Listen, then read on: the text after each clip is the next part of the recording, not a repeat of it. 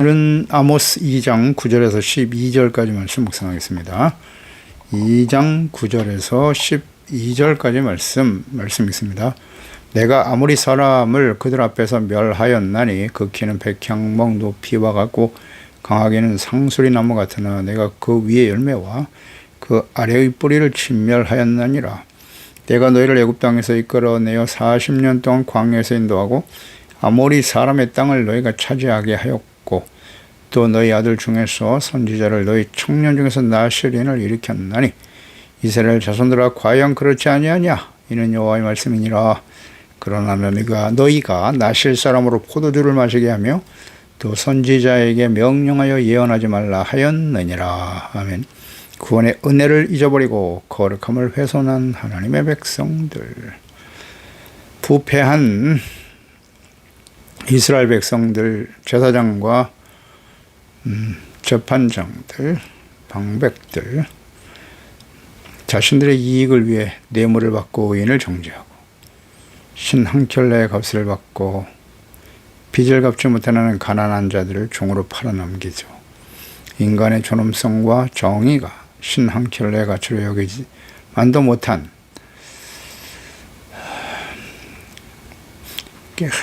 아주 가치 없게 생각하는 양심이 화인 맞아버린 하나님의 백성들, 이방인이 아닌 하나님의 백성들입니다.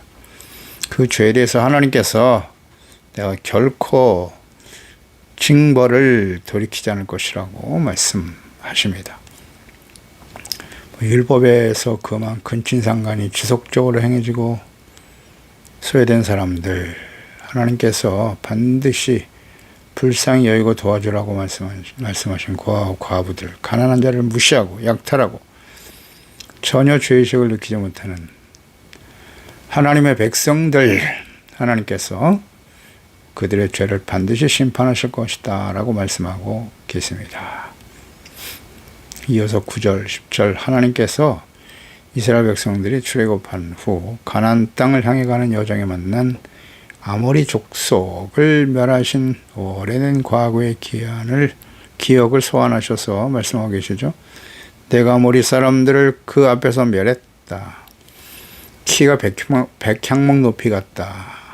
거인들이었어요. 강하기는 상수리 나무 같았는데 내가 그를 진멸했다. 자, 하나님께서 광야에서 행하신 구원과 승리, 은혜의 사건을 다시 기억하게 하십니다.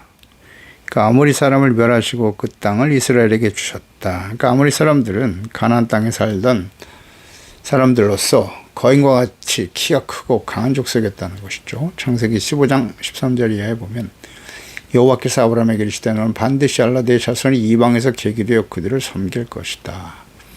400년 동안 내 자손을 괴롭히게 될 건데 그들이 섬기는 나라를 내가 징벌할 것이다. 내 자손이 큰 재물을 가지고 나올 것이다. 그러면서 내 자손은 4대 만에 이 땅으로 돌아오게 될 텐데 이는 아모리 족속의 죄악이 아직 가득 차지 아니함이라 하시더니 그랬어요. 그러니까 아모리 족속들이 살던 그 땅을 하나님께서 제거하시겠다. 하나님의 백성들에게 주실 것을 약속하신 거죠. 그러니까 아모리 족속을 언급하면서 그들의 죄가 가득 차지 않았다. 그러니까 이방인 계기대 애굽에서 400년 동안 살면서 이스라엘 백성들은 아브라함에게 약속하신 대로 그 백성이 크게 번성하게 되고 가나안 땅에 살고 있었던 아모리 사람, 아모리 족속들, 그들은 아직 죄가 가득 차지 않았다라는 말씀은 하나님의 때에 그들의 죄를 하나님께서 반드시 심판하실 것이다 라는 말씀이죠. 그러면서 이제 아모리 족속을 언급하셨습니다. 그러니까 이스라엘 백성들이 가나안 땅에 들어가서 하나님이 다스리시는 하나님의 나라, 약속의 땅, 하나님의 나라를 바르게 세우는 과정은 이스라엘 백성들을 위해서 죄 없는 가나안 사람들을 죽이고 멸하고 그것을 아브라함의 후손인 이스라엘에게 주신 것이다.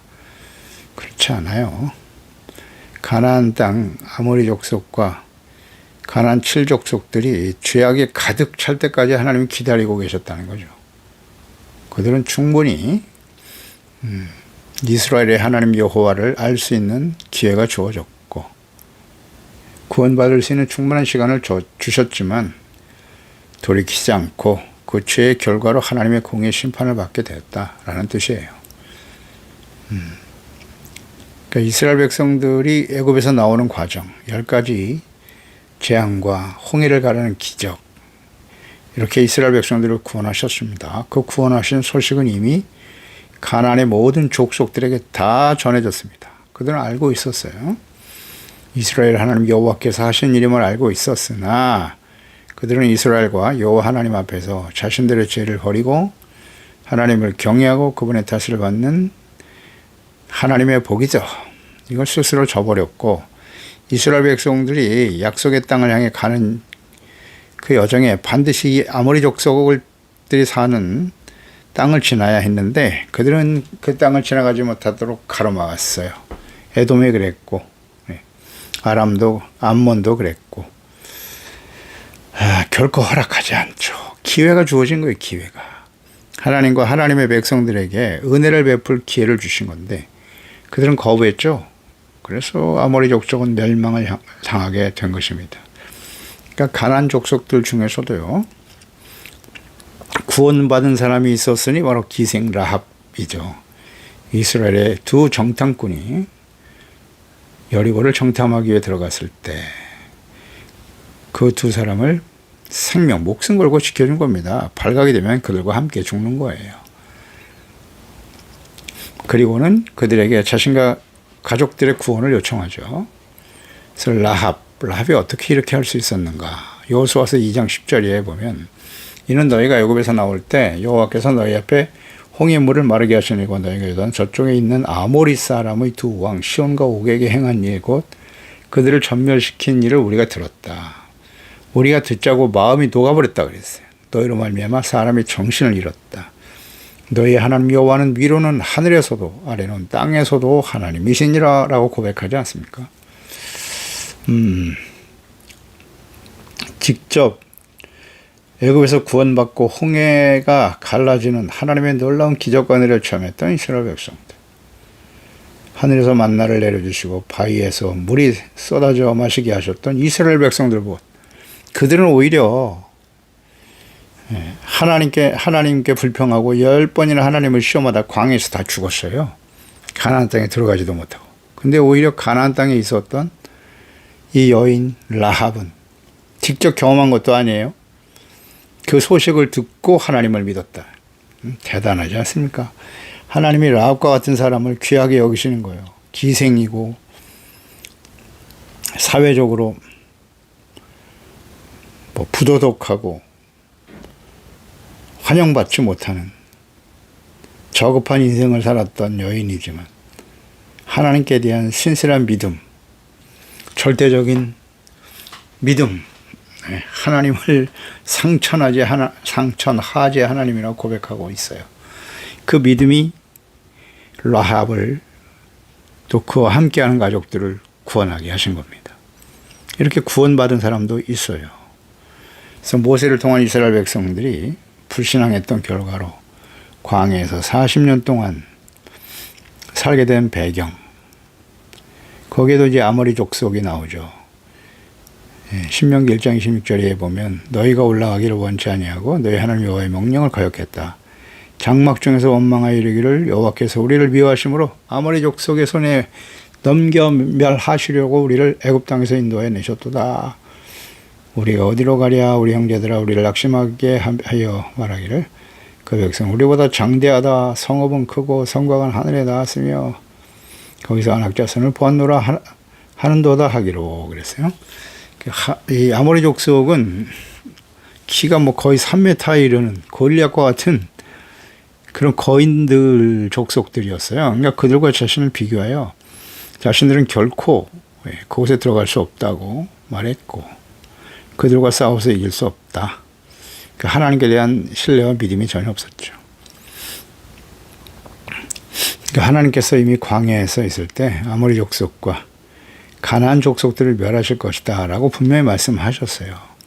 출애굽기 34장 11절 이하에 너는 내가 오늘 너에게 명령한 것을 삼가 지켜 지켜라. 보라, 내가 내 앞에서 아모리 사람과 가나안 사람과 헷 사람과 브리 사람, 히윗 사람, 여부 사람을 쫓아낼 것이라고 말품에 말씀하셨잖아요. 너는 스스로 삶과 내가 들어가는 땅의 주민과 언약을 세우지 말라. 그것이 너에게 올무가 될까 하노라라는 말씀하셨거든요. 아모리 사람, 거인과 같은 아모리 사람들, 가나안 사람, 가나안 족속들을 다 하나님이 멸하실 것이다. 쫓아낼 거라고 말씀하셨잖아요. 출애굽기에서. 34장에 말씀하셨는데 그 말씀에 대한 믿음이 없어요. 믿음은 어떻게 해서 생기는 거예요? 하나님의 말씀을 듣고, 그러니까 부지런히 하는 말씀을 들어야 돼요. 그러니까 이스라엘 백성들 10명의 정탐꾼이 눈에 보이는 아낙 자손들, 거인들을 보면서 거인들과 자신들을 단순 비교하는 거죠. 그들한테 우리가 이길 수 없다. 인간적인 힘과 능력으로는 도저히 그들과 싸워서 이길 수 없다는 그들의 말은 진실이에요. 사실입니다. 그러나 하나님의 약속의 말씀을 믿어야 될 거 아니에요. 그들이 아무리 강대해도 하나님이 우리와 함께 하시면 홍해를 건넜지 않습니까? 애굽의 10가지 재앙을 쏟아부을 때 이스라엘 백성들은 그 재앙이 하나도 임하지 않았잖아요. 이 구원의 하나님, 전능하신 하나님을 전혀 이해하지 못하고 하나님께서 광야 40년 동안 끊임없이 말씀하시면서 그들에게 믿음의 연단과 훈련을 시켰는데 말이죠. 이걸 깨닫지 못하네요. 우리가 진짜 하나님을 믿습니까? 홍해를 가르시고 이스라엘을 구원하신 하나님, 하나님의 아들 예수 그리스도를 십자가에 못 박고 우리의 모든 죄를 대속하시며 3일 만에 다시 살려내신 그 하나님, 살아계신 하나님이 우리의 하나님, 우리의 아버지이신 걸 진정 믿으십니까? 지금도 살아계신 우리의 하나님이심을 믿으시나요? 이 하나님을 몰라요. 그러니까 두려워하는 거, 눈에 보이는 현상만 보고 두려워하는 것입니다.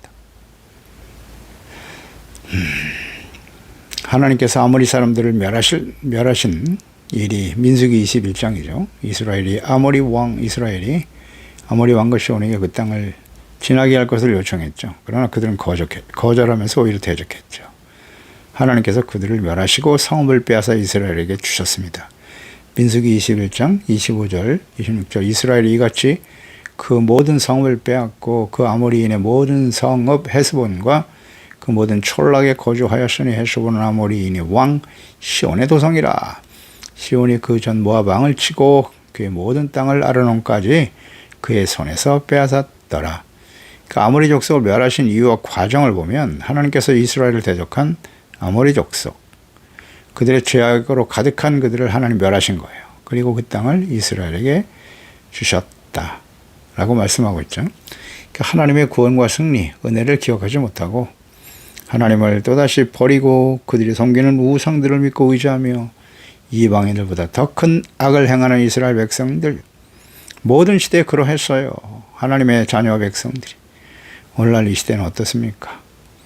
빛과 소금으로 살아가야 할 그리스도인들, 하나님의 거룩한 자녀 백성으로 살아가야 될 그리스도인들, 믿음으로 하나님을 믿고 의지하고 하나님의 말씀을 순종하며 살아가는 왕같은 제사장으로 거룩한 나라여 하나님의 소유된 백성답게 정체성과 사명을 가지고 살아가야 될 하나님의 자녀들이, 빛이라고 하는 것은 착한 행실이라고 했습니다. 거룩함을 상실하고 불신자들보다 더 큰 악을 행하며 살아가면서 불의와 죄악으로 얻어진 재물과 명예와 권력을 하나님의 축복이라고 자랑하며 교만하고 죄에서 돌이키지 않는, 하나님보다 재물을 더 사랑하고 더 가치를 두고 살아가는 우상 숭배자들이 되어가고 있습니다. 우리는 그렇지 않은가요? 지금 그러한 세대에 우리가 살아가고 있어요. 그런 시대입니다. 십자가 대속의 은혜와 사랑을 잊어버리고 살아가더라. 그들에 대해서 하나님께서 징계하실 것을 말씀해주고 있죠. 또 11절에 또 너희 아들 중에 선지자를 청년 중에 나시린을 하나님이 일으키셨다고요.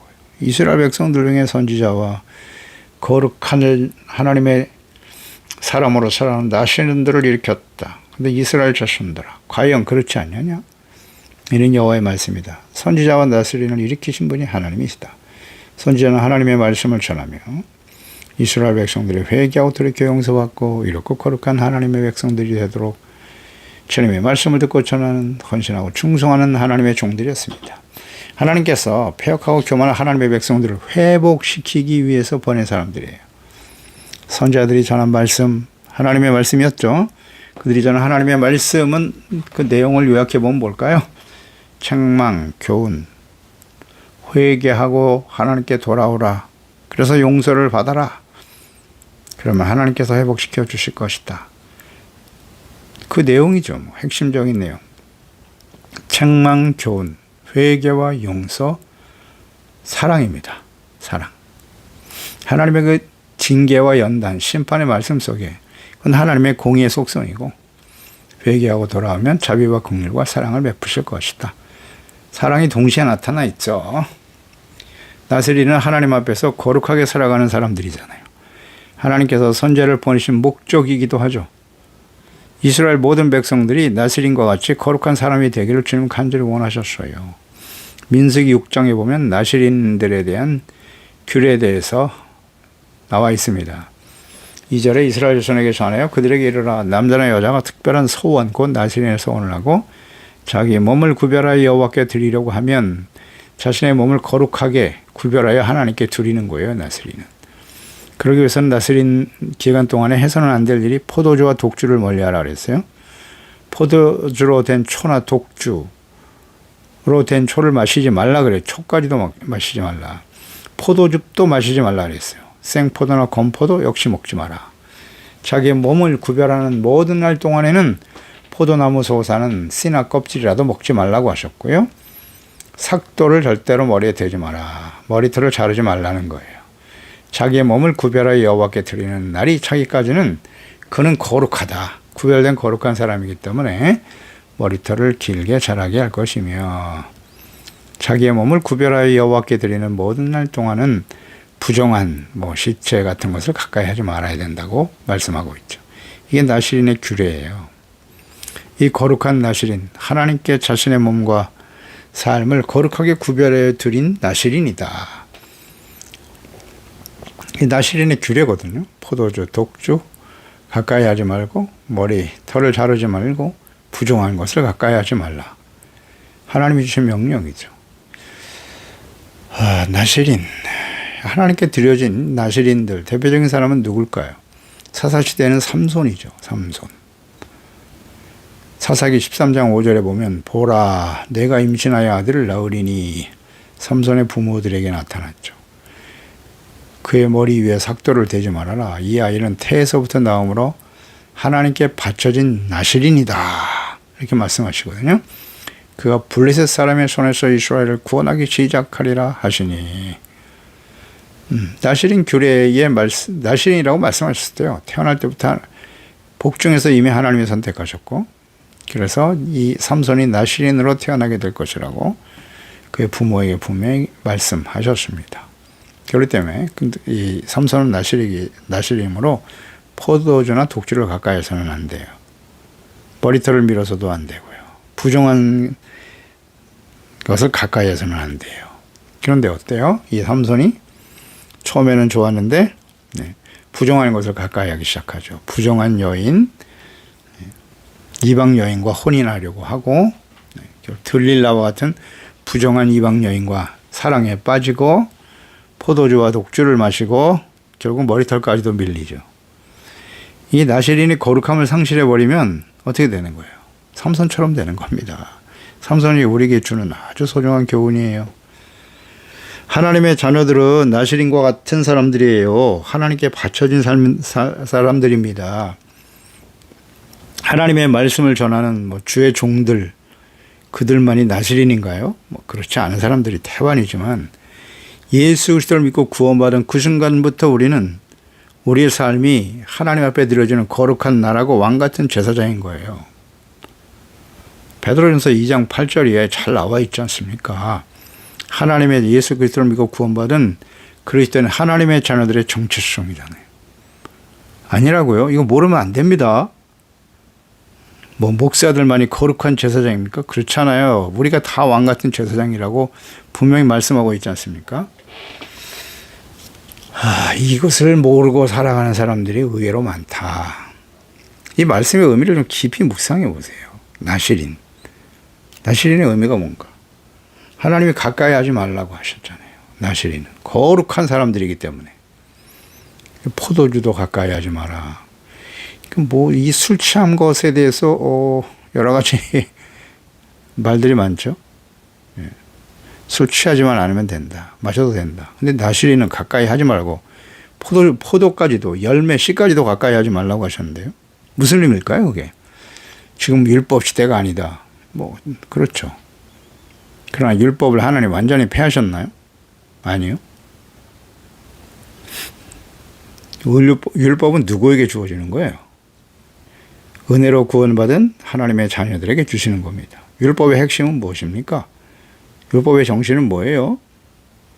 사랑이잖아요. 하나님 사랑, 이웃 사랑.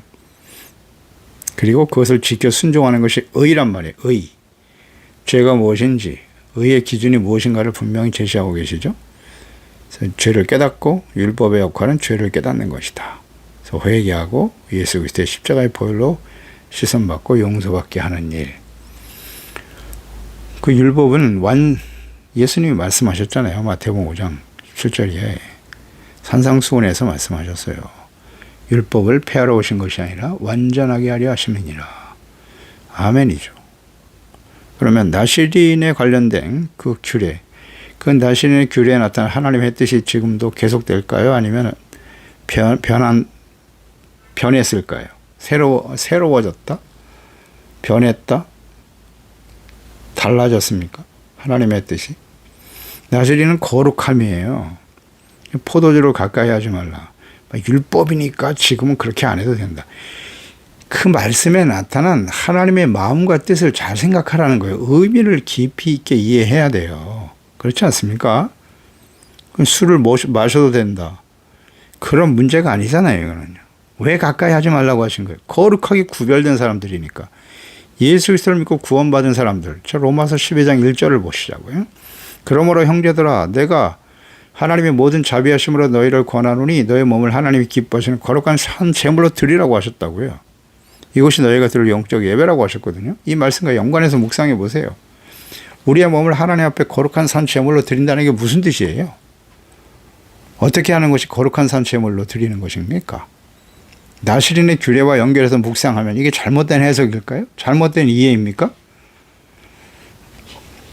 보세요. 12절로 연결해서 묵상해 보죠. 그러나 너희가 나실인과 선지자를 하나님이 세우셨는데 나실 사람으로 포도주를 마시게 했다는 거예요. 그리고 선지자에게 명령하여 예언하지 말라고 했다는 거예요. 이런 악을 행하고 있었다는 거예요. 이스라엘 백성들이. 그러니까 나실인들에게 포도주를 마시게 해서 거룩함을 상실하게 만든 거란 말이에요. 그리고 선지자들은 예언, 선지자의 예언이라는 말씀은 결국 책망과 회개, 그렇지 않으면 하나님의 공의 심판이 임할 것이라는 말씀일 텐데 이 말씀을 못하게 가로막았어요. 술 마시고 취하는 일을 정당화하는 오늘날 목사와 교인들이 있어요. 그리고 책망의 말씀을 못하게 하고 듣기 싫어하고 거부하게 하는 교인들이 있어요. 어떻습니까? 아모스 시대의 하나님의 백성들과 이 시대의 사람들이 다를까요? 그렇지 않아요. 나실인들에게 포도주를 마시게 했잖아요. 거룩한 하나님의 자녀로 살아가야 될 사람들이 세속적인 욕망에 취해가고 세속적인 욕망의 포도주에 취하는 거예요. 죄악에 취하는 것입니다. 술 취하지 말라 방탕이라고 말씀하잖아요. 거룩한 나실인인 거룩한 하나님의 자녀의 백성들에게 술 취하게 만들고 있다고요. 세속에 취하게 만들어요. 누가? 목사들이. 잘못 가르치고 있습니다. 잘못 가르치고 있어요. 우린 나실인이라고요. 거룩하게 구별된 사람들이에요. 그 의미를 모르겠습니까? 율법이라고요? 참. 이게 중요한 문제입니다. 이런 작은 것을 허용하기 때문에 누룩과 같은 거예요. 죄는 이 안에 들어오면 우리의 심령 속에 그걸 방치하면 누룩과 같이 퍼지는 거예요. 그래서 세속화되고 욕망에 끌리고 육체의 정욕, 세속적인 쾌락에 빠져들어가는 거죠. 그렇지 않다고요? 성경을 보세요. 어떻게 부패하고 타락해 가는가? 하나님의 사람들이. 작은 것으로부터 시작하는 거예요. 지극히 작은 소자 하나를 실족하게 하면 차라리 연자맷돌을 목에 메고 바닷속에 빠지는 게 더 낫다고. 하나님이 그런 사람들을 심판하시겠다고 말씀하시잖아요. 당시 하나님의 백성들이 그런 일을 했단 말이에요. 악을 행했어요. 잘 생각해 보세요. 우리는 거룩하게 구별되어 살아가야 될 하나님의 나시린 사람을 포도주 마시고 술 마시게 하고 세속에 취하게 내버려 두고 있지 않나요? 책망의 말씀, 회개, 심판의 말씀, 하나님의 공의의 말씀에 대해서 귀를 막아버리고 듣지 못하게 하고 있지는 않나요? 그런 사람들에게 어떻게 하신다고요? 하나님의 공의 심판이 임한다. 이 시대도 마찬가지겠죠. 기도하겠습니다. 하나님 아버지, 오늘도 주의 말씀을 듣습니다. 하나님께서 하나님의 백성, 언약의 백성 이스라엘, 그들에게 하나님의 심판을 말씀하셨습니다. 왜 하나님의 자녀 백성들이 심판을 받아야 하는고? 우리는 절대 그렇지 않을 거라고요. 하나님은 잘 모르고 있어요. 성경을 전체적으로 성경에 나타난 하나님의 속성과 하나님의 뜻이 어떠하신가를 바르게 알고 그 하나님을 두렵고 떨리는 마음으로 주님의 말씀 앞에서 드러나는 자신들의 죄악된 모습을 솔직히 시인하고 회개하고 돌이켜 용서받고 구원받아 회복될 수 있는 이 기회를 놓치지 않기를 간절히 바랍니다. 하나님이여, 주님의 뜻은 분명해요. 우리가 거룩한 하나님의 자녀, 왕같은 제사장으로 거룩한 나라요, 하나님의 소유된 백성이 되어서 예수 그리스도를 믿음으로 말미암아 의롭다함을 얻고 구원과 영생을 얻은 저희들은 말입니다. 우리의 몸을 하나님이 기뻐하시는 거룩한 산채물로 드려야 하는 거예요. 그런데 나시린에게 포도주를 마시게 하고 하나님의 책망의 말씀을 전하고 회개와 용서, 회복의 말씀을 전하는 선지자들에게 예언하지 못하도록 틀어막아 버렸어요. 내가 듣기 싫은 말씀을 듣지 않습니다.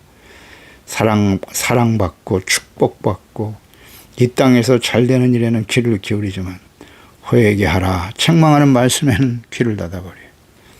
심각한 문제입니다. 이런 일들이 계속 되어져 가고 있어요. 오늘도.